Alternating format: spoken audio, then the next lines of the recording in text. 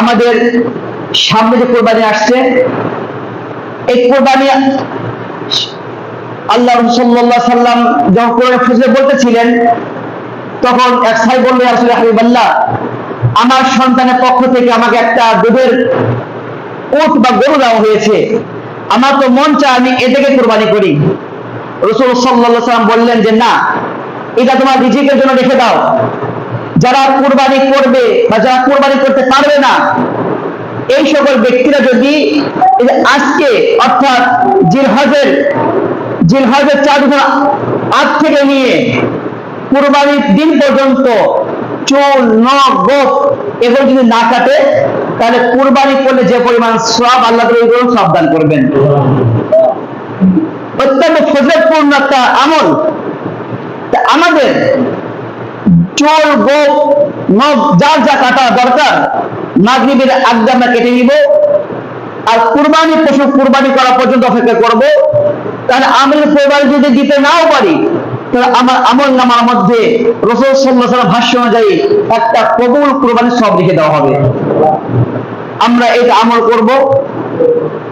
আরেকটা হলো ওয়ালা ইয়ারিন আশর, আল্লাহ তাআলা 10 রাতের 10 দিন শপথ খেয়েছেন। মুফাসসিরিন কিরাম এই 10 দিন বলতে জিলহজের শুরু থেকে নিয়ে 10 তারিখ পর্যন্ত এই 10 দিনের উল্লেখ করেছেন। এই 10 দিন কেউ যদি রোজা রাখে, অত্যন্ত ফজিলতপূর্ণ রোজা, অত্যন্ত আল্লাহ তাআলার কাছে পছন্দনীয় একটা আমল। এই জন্য আমরা যারা পারি চেষ্টা করব এই 10 দিন রোজা রাখার জন্য। আরেকটা হলো অনেকে প্রশ্ন করে যে হুজুর, আমাদের সামাজিক ভাবে যে গোশত বন্টনের যে রীতি যেটা আছে, এটা আপনাদের সামনে পিছনে আমি বলেছিলাম, আসলে এটা সংশোধনযোগ্য একটা আমল।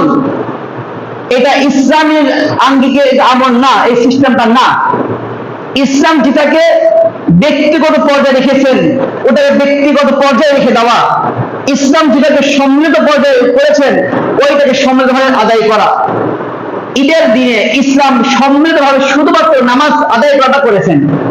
ইসলামী শরীয়তের মধ্যে সম্মিলিতভাবে আমল সেটা হলো ঈদের নামাজ। তারপরে কোরবানি কোথায় করবে, কিভাবে করবে, প্রত্যেকটা ব্যক্তিগত একটা আমল। তারপরে কোরবানির গোশত করে কিভাবে বন্টন করবে, সুন্নাহ নিয়ম হলো কোরবানির গোশতটাকে 3 ভাগে ভাগ করবে। একটা হলো নিজের জন্য, আরেকটা হলো গরিব মিসকিনদের জন্য, আরেকটা হলো আত্মীয় স্বজনদের জন্য। এখন সমাজে আমরা যে গোশতটা যেটা দেওয়া হচ্ছে দেই, এই গোশতটা এটা কোন অংশ, মিসকিনের অংশ নাকি আত্মীয় স্বজনের অংশ? যদি মিসকিনের অংশ দিয়ে থাকি, মিসকিনের যদি গরিবের যদি অংশ দিয়ে থাকি, তাহলে গরিবের অংশ দিলাম, আবার ওখান থেকে আবার নিয়ে আসলাম। গরিবের অংশ দেওয়া হলো, আবার যারা সমর্থন কোরবানি দিয়েছে ওনারাও আবার ওখান থেকে কোরবানির গোশত ভাগ নিয়ে আসলো। তাহলে তারা কিসের গোশত খাওয়া হলো? মিসকিনের গোশত খাওয়া হলো।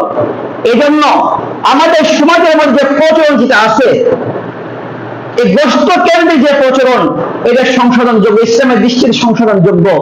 ব্যক্তিগত ভাবে যেটা পালনীয়, এইটাকে একটা সমৃদ্ধ রূপ দান করা, এটা ইসলাম সমর্থন করে না।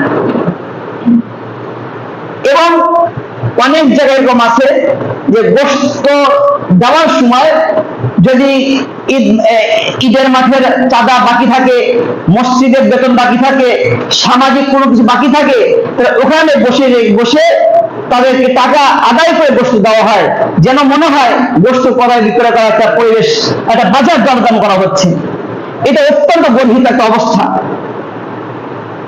আমাদের কোরবানির পশুর গোশতগুলো আমরা, ইসলাম বলে যে প্রত্যেকেই এক মুসলমান ব্যক্তিগতভাবে নিজ উদ্যোগে তার কোরবানির পশুর গোশত আত্মীয়ের বাড়িতে সে হেঁটে গিয়ে দিয়ে আসবে। ইসলাম এটা বলে। সবাই একসাথে দেওয়া হলো, জুমা করা হলো। জুমা করার পর দেখেন অনেক আল্লাহ বান্দারা আছে যে আমি জানি ওই ব্যক্তির টাকা এইরকম পর্যায়ে, ওই ব্যক্তি কোরবানি দিয়েছে, ওই ব্যক্তির গোশত আমি নিব না, এটা আমার মনে বিশ্বাস হলে গোশত নিব না। কিন্তু সামাজিক ভাবে আমি সমাজবদ্ধ একটা সদস্য, ওখানে যখন গোশত দেওয়া হচ্ছে, তখন ওই ব্যক্তির গোশতগুলো আমার বাড়িতে আসতেছে। আমার মন চাচ্ছে না ওই ব্যক্তি গোশত গ্রহণ করতে, কিন্তু সামাজিক বন্ধনে তার কারণে তার গোশত আমার নিতে হচ্ছে, হারাম টাকার গোশতের একটা অংশ আমার বাড়িতে আসলো, তাহলে যেটা আমি এড়িয়ে যাওয়ার চেষ্টা করছি সেটাও আমার করতে হচ্ছে। এজন্য সমাজের যারা ব্যবস্থাপনা যারা আছি, আমরা এই বিষয়গুলো যদি আরো জানার যদি ইচ্ছা হয়, ব্যক্তিগতভাবে কিতাব দেখে হোক, আমার সাথে যদি জানার যদি ইচ্ছা হয়ে থাকে, ইনশাআল্লাহ আমি দেখাতে পারবো। আমি আপনাদের সামনে এইগুলো কতটুকু বর্জনীয়, কতটুকু গ্রহণযোগ্য, এটা ইনশাআল্লাহ কিতাবে আঙ্গিকেই পেশ করা যাবে।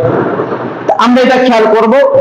আরেকটা হলো যে এই কাজটা করতে গিয়ে অনেক সময় যার বাড়িতে কাজটা করা হয় তার উপর একটা প্রেশার দেওয়া হয়, চাপ হয়, তার বাড়ি নোংরা হয়, এটা ইসলাম সমর্থন করে না। যার কুরবানি তার বাড়িতে, যার গোশত বন্টন তার নিঃস্বকীভাবে সে বন্টন করবে।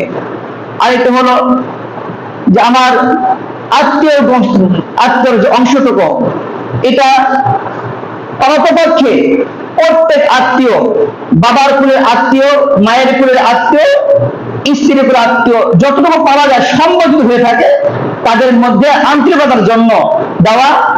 আর সমাজের মধ্যে যে সত্যিকার কেউ গরিব থেকে থাকে, এই গরিবদের একটা লিস্টি করে যে প্রত্যেকে গরিবের সহানুভূতি হয়ে গরিবের পাশে দাঁড়ানোর জন্য তার কুরবানির গোশতের অংশটুকু সেজন্য গরিবের বাড়িতে গিয়ে দিয়ে আসতে পারে, এটা ইসলাম এইটাই শিক্ষা দেয়।